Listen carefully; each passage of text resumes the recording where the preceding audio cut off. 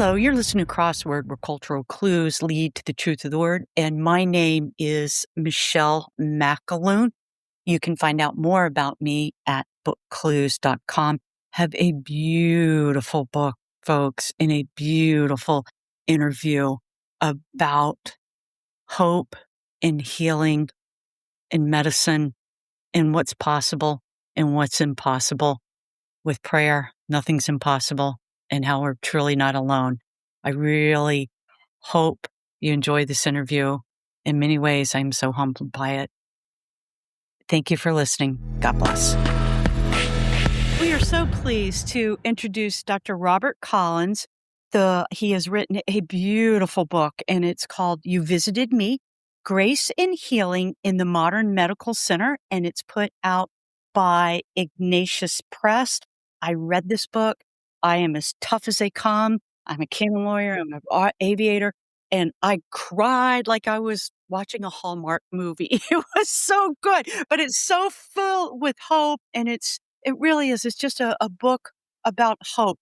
Dr. Collins, welcome and congratulations on your book. Thank you so much, Michelle. It's great to be on your program. When you are an oncologist, specializing in leukemia and lymphoma. Tell us a little bit about your work, what you do. Yeah.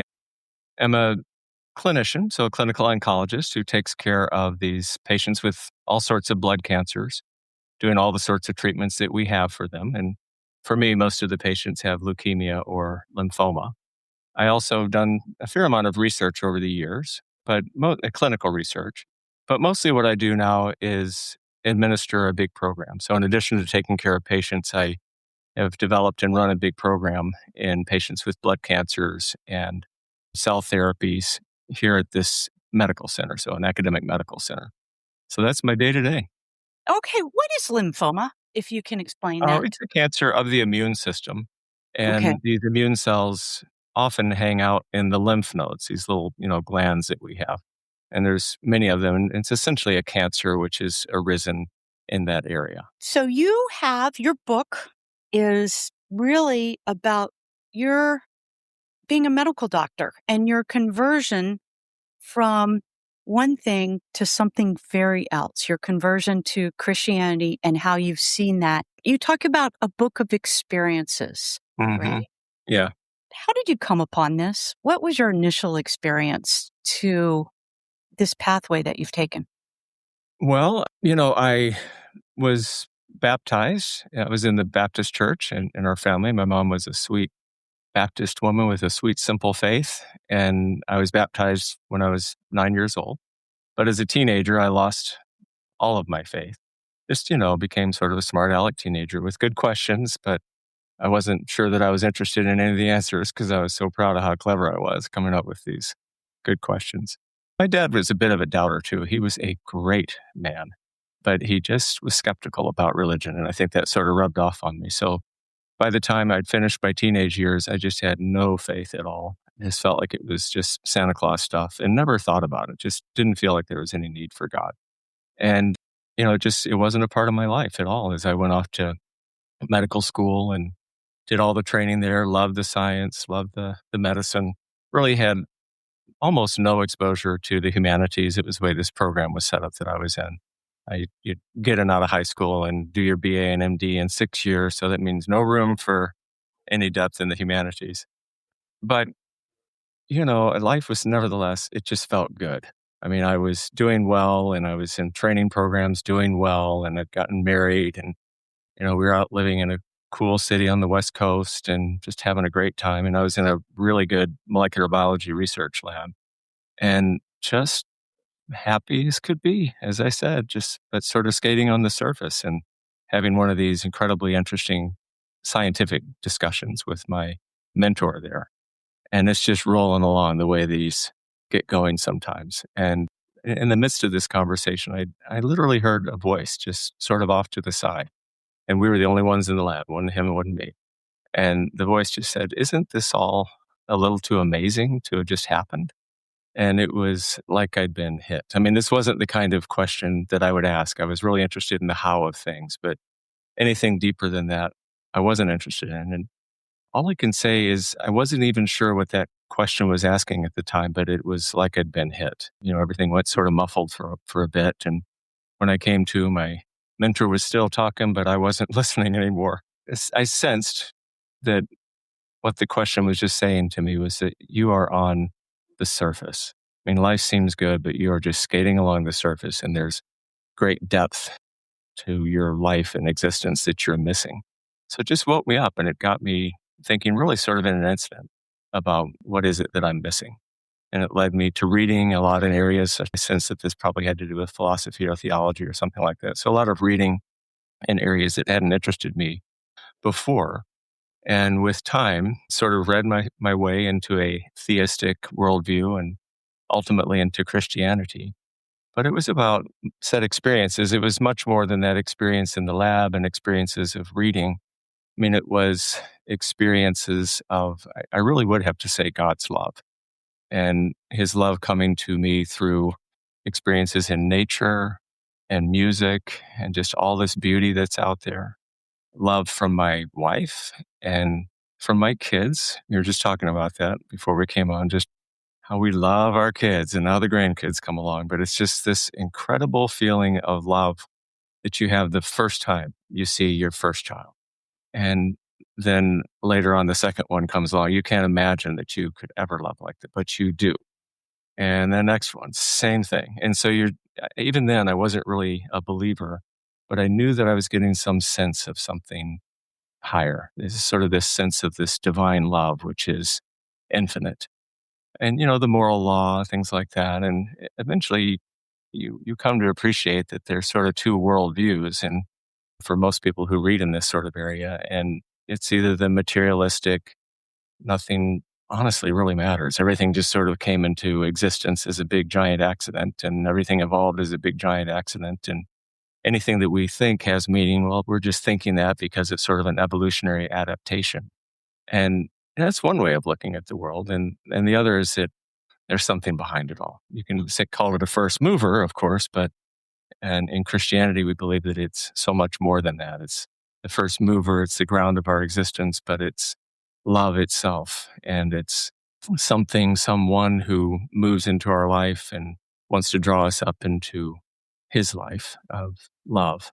I had found myself through these experiences just realizing that that's what I believed. I mean, I think a lot of people who have the atheistic, materialistic worldview, which essentially is what I had by default back before God woke me up in the lab, that people have this way of looking at things, but they don't really believe in it. I mean, they don't really believe that all is meaningless. The love you have for your children is meaningless. Mhm. Beautiful music Mhm. is meaningless. Right. The moral law is meaningless. So eventually I just sort of understood that essentially I did not believe that worldview. I believed this other worldview, this more theistic worldview, and with additional reading had sort of been touched by Christianity and eventually drawn into that, eventually into Catholicism. Let me ask you a question. What is medicine in the art of healing? Because even if you have a very materialistic worldview, there's got to be something more there that actually, because in your book, you talk about patients that do die versus patients that live. A lot of those cases, they're unexplained as to why they live or why they die. Hmm. I guess it's a two-part question is what is medicine and what is the medical view of someone like you Hmm. of the immaterial part of the job or the profession? I think medicine is about restoring to wholeness.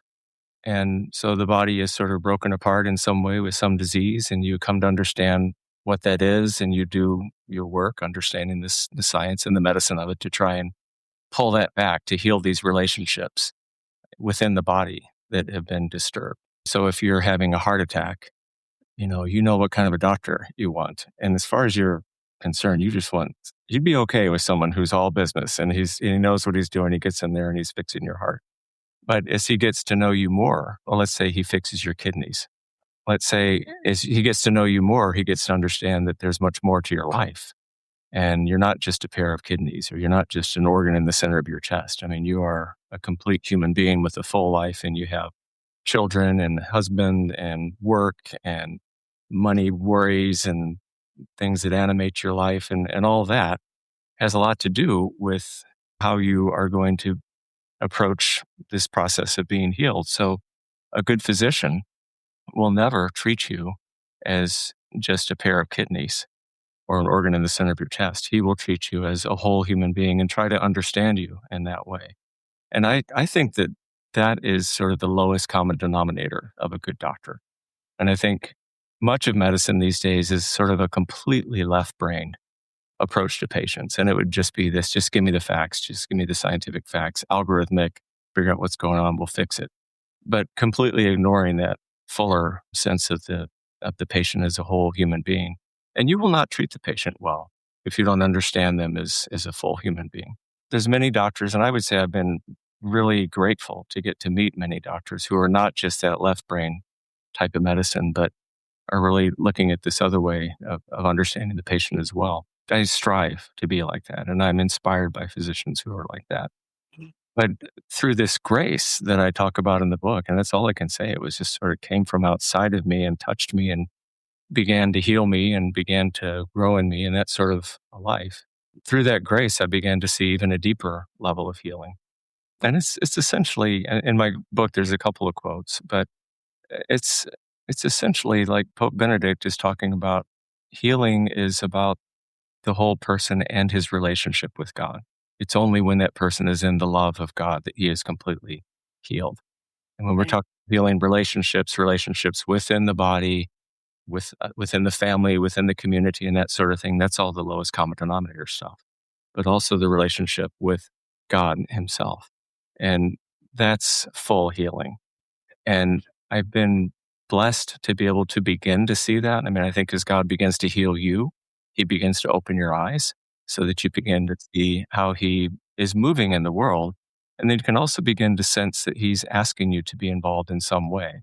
So you stand back and you see what essentially are these stories and the kind of things that I've written about, the kind of stories that many of my other colleagues have too. I mean, I would just have to tell you the great news that there are a lot of deeply Christian doctors who are in this world who are not only great in the usual sense of being a doctor, but also understand this calling to medicine as a way to see God's work in the world and His patients, but also to sometimes participate in that.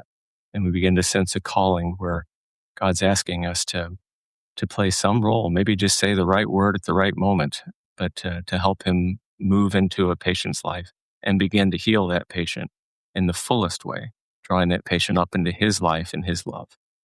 I tell you, the way you explain some of the cases, like your William, that is a great, death. Yeah. Talk to you a little bit about that. But the way you explain it, you really do. You show it's that really that in the suffering, there's hope and there's depth, and it brings everyone sort of together, and it brings people in together. And I think it's a form of love upon love that was ultimately showed in the Mhm. sacrifice of Jesus Christ. And I want to talk about William, but I want to ask you a question before. Have you seen a medical miracle? How would you define a miracle? How would you interpret what a miracle is? I think I have seen things that I can't quite describe, but for the most part, not. I mean, my life has not been just one amazing thing where a patient was in the morgue and he stood up and walked out onto the unit and said, "I'm not dead yet." I mean, I just haven't seen that much like that. And yet I feel like I see miracles all the time because if we stop and think about it, have I ever seen a miracle? Yes, I live in one. This cosmos that we live in used to be nothing. And then God snapped His fingers and said, "Let there be light." And suddenly there was everything out of nothing. And then He sustains all of that continually. I mean, that's a miracle. And then our Christian faith tells us that that God comes into the world. The spiritual essence comes into the world in material. That sounds like a miracle to me. And then Right. He begins to move in our lives and begins to draw Him up into His life through the sacraments and scripture and prayer that I cannot understand how that works. But that too is a miracle, this intermingling of the spiritual and the material. And then in medicine, we do see it often. I mean, I think that's what these stories are mainly about. It's just these miracles of God's grace and healing, but in a very quiet way, in a very subtle way. But if we see someone like William, who in prayer has discerned that he kind of needs to stop this medication, or has discerned in prayer that he needs to give his doctor a book that ends up being a pivotal book for his doctor, then that's a miracle too. I think this sort of wider view of what a miracle is helps us all understand that we all, whether we're in the hospital or not, live within a miracle. I tell you, as you explain it, Dr. Collins, you just wonder, I feel sorry for people who don't see it that way. I mean, there's just such a layer of richness. I pray for them that we all see it that way, because the layer of richness and meaning and frankly of beauty in Yeah, what you're talking about, it you know what? It makes everything worthwhile. It mhm. really It really does. Even the quote bad things. even the bad things. I have a lot of people that ask me, if God is so great, why does he allow suffering? It's an honest question. It's a hard question, but I think you have to be open to maybe there's more than just the suffering. Maybe you're being rolled up into something greater. And Adam ate the apple and he unleashed it all. But I don't know. I see God's providence in it. We don't want to suffer, but there is meaning to it. It is truly a mystery. And when you see it just all the time, like I do in my work, you just can't trivialize it. And I think that anytime someone looks at the issue of suffering and sort of bullet points it, they're not treating it with the reverence that they should. And yet we do get a sense that there's something deeper there. For some reason, this world that allows freedom has to allow suffering. And we would think that God should have just some supernatural fix for that. But it turns out that he has a supernatural use for it. And so something that I always try and think of, and I've told this in one of the stories, I tell it to one of my patients, just remember that Jesus is on the cross, just like you are. And from eternity, in some way, our Creator suffers with us. I believe that. And then through his suffering, he redeems us. Through his suffering, we're drawn up into his life. So I think you get a sense of this depth that's going on, but again, only a glimpse, something that we can never really understand. I gotta tell you, ding, ding, ding. He doesn't have a supernatural fix. He has a supernatural use of Hmm. suffering. That Yeah, is great. yeah, I think that's from Simone Weil, from somewhere back in my memory banks. Yeah, that is great. I mean, I deal with a lot of suffering through my annulments. I'm a canon lawyer, so I have to Mm-hmm. look at a lot of annulments. And yeah, suffering can't not be trivialized. You're right. But you know what? It also can't be dismissed by saying that it's pointless either.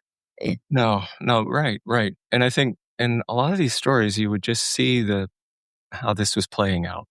I mean, one of the stories is about a guy, good Catholic guy that I got to know really well, and we were just really good friends.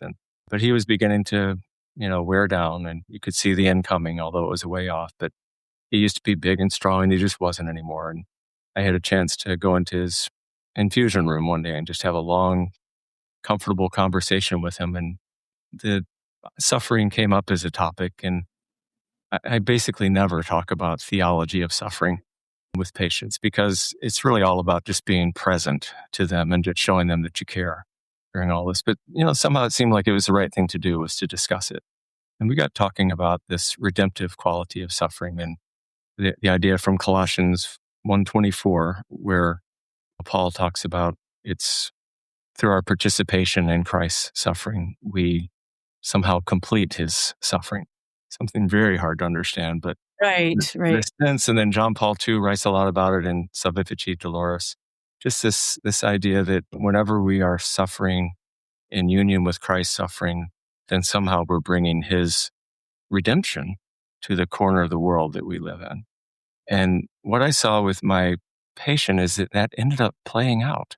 So he ends up going downhill. He's not going to make it. We've shifted to more of a comfort care sort of an approach. And in that original conversation, when we had talked about suffering, I mean, partly how it had come up was he told me about one of his sons, that he was particularly worried about his son's faith. And, now this thing is evolving and eventually the patient dies. And, honestly, a beautiful, holy death, surrounded by his family, surrounded by his staff. Everyone just loved him. It was peace. He kept saying tender mercies over and over. And so at the funeral, his son apparently stands up, speaks. I wasn't able to be at it. I was at something with one of my kids over on the East Coast. But this son, who the guy had worried about so much, just said, through what I have witnessed with my father's death, all this love surrounding him, I found myself drawn back to the church. Wow. And yeah. So just living out this concept of redemptive suffering. What's the role of prayer in your life as a doctor? Well, I would say mainly as connecting ourselves to the Lord. I see prayer as listening, prayer as engagement. Prayer is the most important thing in my life, and different ways of prayer. This morning so far, it's been some lectio, some mass, some rosary, and but all these ways of it's one of his ways of allowing us to draw closer to him. And that's what it's all about, is living in him. I mean, we need to be a branch in the vine. That's what the whole thing is about. And prayer is partly how we become a branch in the vine. And when that's the case, his love and his life is flowing into us, but also through us. So that as we go into work, we can bring that into our work, whatever our work is. And for me, it's with the patient. So I trust that if the more of a prayerful life I have, then the more I can be that sort of a thing, not me, but Christ in me, just playing my role, whatever that role is supposed to be, helping bring that into the patient's life. I mean, there's others. I certainly pray for the patients. Sometimes I pray with the patients. I often, just before I go into the room, will just remind myself that, this is a big deal here. So it's not just a unit of work. This is a patient with a serious problem. So I stop and say a quick little prayer for him. So I would say that. And then, certainly seeing this play out in the patients' lives as well. I have many of my patients have these deep prayer lives, and despite it all, they're connected to God. Sometimes you say that the Holy Spirit has kind of hit you in the back of the head, right? Or kind of giving you a shake, wake up. Mm-hmm. Tell us a little bit about that, because Well, I mean, I think always, that moment in the lab that I mentioned, a moment where I felt a calling to write this book, just sort of sitting in a chapel and thinking about reading, and then thinking about the story of the woman at the well, and just being struck how all she did was share her experiences. And by sharing her experiences, she was able to bring a lot of people to Jesus who encountered him on their own terms, basically.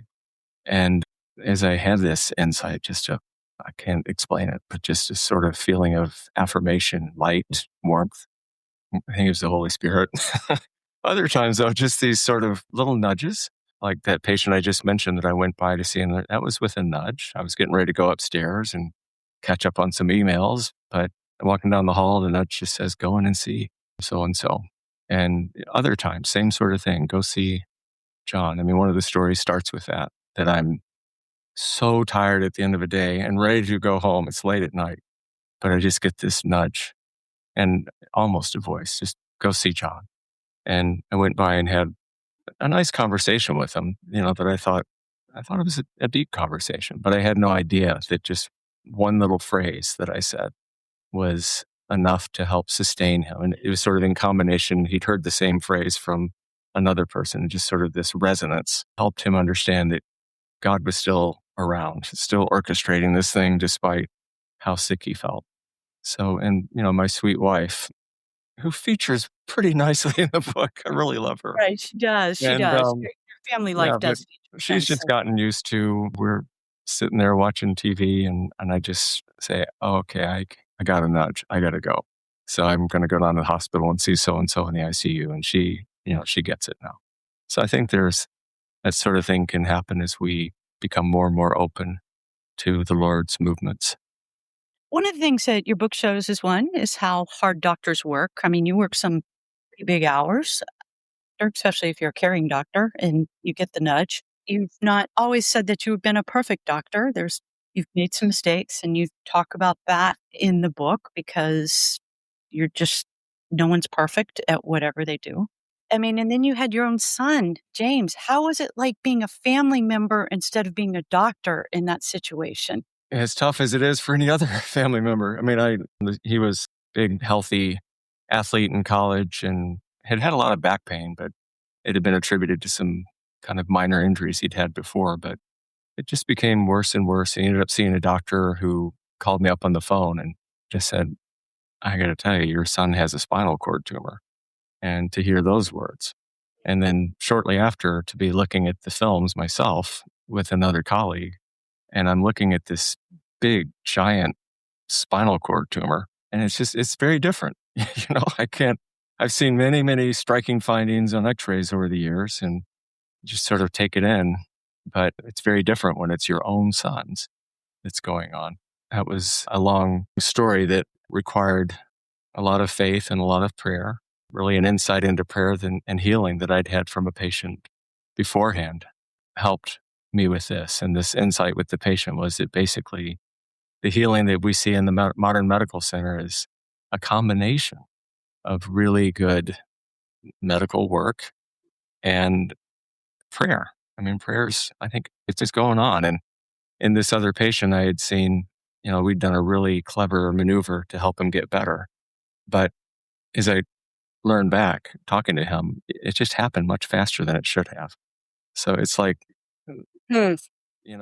kind of, I mean, it felt honestly miraculous. And yet I knew that we had done this really clever medical maneuver. And yet Right. I knew that he had the prayers going, thousands of people. And so just in an instant, again, one of these things, just a sudden insight that I internalized that healing is, just good medicine in the standard sense, but there's a whole lot of prayer in it. And so with James, my wife and I had gotten the word out. So many people were praying for us. And again, literally around the world, thousands of people were praying for him. And they had essentially stopped whatever they were doing, their sort of self-centered activity, whatever it is. And they had stopped and turned their heart towards this young man. Many did not know him. And yet, for a moment, they had disregarded themselves and regarded this young man. This disregard of yourself for the sake of the other is essentially the definition of love. And so we had seen this, this love was going on around the world. And so my wife and I are there in the waiting room, and he's off getting intubated and screws put into his head and to keep him straight and just all this scary stuff. I mean, we knew what was going on. And we're alone, we're holding hands, it's dark, sun hadn't come up yet. And you would think we would be just, shivering. But we were both so at peace. And we both talked about it later, just how at peace we felt. And we knew it was this prayer. This is sort of blanket of prayer, comforting us, surrounding us, and sustaining us as our son went through this. Thank God he did well, and he continues to do well. In fact, he's the one who just had a grandbaby. He and his wife. Congratulations. That's great. That's the Just 2 miracle. weeks Yeah. ago. It's wonderful. Yeah. Yeah. That's the miracle. I was in the military and I've been in the military community. And one thing we've really seen over probably like the last decade is really the opening up to talk about faith and the possibility of faith and the engagement of faith allowed in the workplace, expressions of faith. Mm. Have you seen this happen in medicine? Has it opened up more? I feel like through society, the ability to talk about your faith has opened up more. Has this happened in the medical field? Yeah. And I agree with you. I do. It feels like something's going on. I mean, you read the news and the world is just falling apart. But Right. then you hear and about people who are just coming closer and closer to faith. And it's just sort of like we're all seeing that we have a choice more and more. We can choose God or we can choose Elon Musk. More and more That's people. a choice. Yeah. Right. Right. But Yeah. I mean, a lot of people see this sort of stark choice and are coming back to the church. And what I have found over the last few years, just amazingly. I wasn't open to it at all before. I wasn't open, so I didn't see it. But I've come to know so many deeply Christian doctors, Catholic, evangelical, but just really serious faith, very upfront about it. They're not hiding what it is that animates them. And they are animated by this. It directs the way that they practice their medicine. Again, they're great doctors in the standard sense, but they're also seeing beautiful things play out, and they're playing a role sometimes in helping these play out. And, Yeah. and so I see Uh, that a lot. And I would say not just at my institution, but around the country. I mean, at a lot of leading institutions, I've come to know people who are known as leaders in their field, like international leaders who have these deep faith lives. So, something's going on. God, he's just doing fine. I think God is doing fine. I think he promised, "I will be with you until the end of the ages," That's it. and Hmm. and no crazy, stupid human tricks you're gonna do. I am gonna still be here, and I really think Yeah. that is what he is saying to us. Dr. Collins, I cannot tell you what an honor it has been to speak to you, but also because this book has given myself personally a lot of thought about some of the things in my life and about hope and Mhm. about Mhm. and to my listening audience, even if you don't believe, read this book. It is ultimately it's about care and it's about hope and it's about what is the best of us as both human beings and our relationship to the divine. Give it a chance. That's all I have to say because it is so worth it. It is so worth it. Dr. Collins, I really want to thank you for your time. Thank you so much, Michelle. It was really great getting to meet you and to be on your program. Thank you. Great. Thank you. God bless. God bless you too.